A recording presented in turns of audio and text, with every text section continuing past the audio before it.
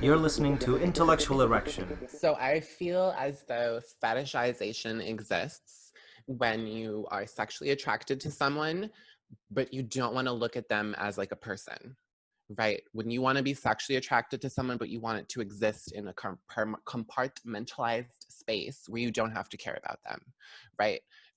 So this trans fetishization that exists out there exists because of that, because there are a lot of men who want to have sex with me, but they don't care about getting to know me as a person. If they cared about getting to know me, then it wouldn't really be a fetish. It would just be like a guy who's attracted to me and wants to like hang out and stuff, you know?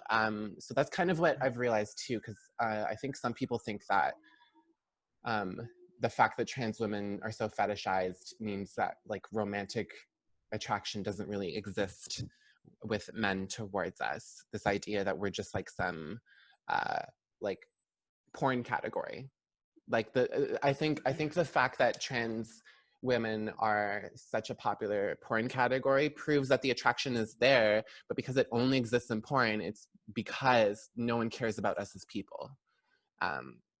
Where if they did, we would see it more as just like a normal ass thing that like a lot of straight guys will date cis girls and trans girls because like we give the same energy, we're pleasured in very similar ways.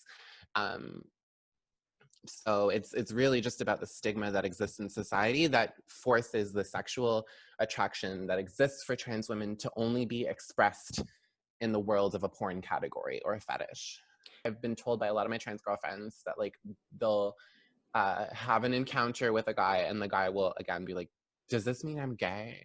Like it's a whole fucking identity crisis for them when it doesn't have to be.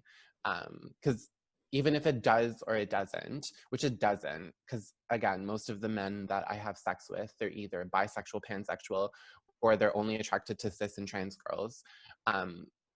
Like it doesn't make you gay. And even if it did, like what the fuck does that matter? Why aren't you just like doing what you want and experiencing sex that you want? Like why is this a whole ass thing?